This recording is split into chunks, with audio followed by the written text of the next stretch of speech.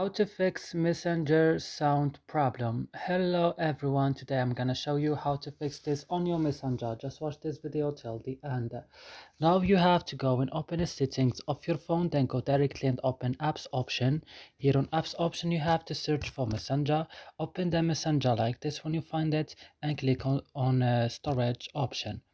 And then on storage option, click on the last button, clear data, click OK, and then you have to back and click on first stop and click also OK.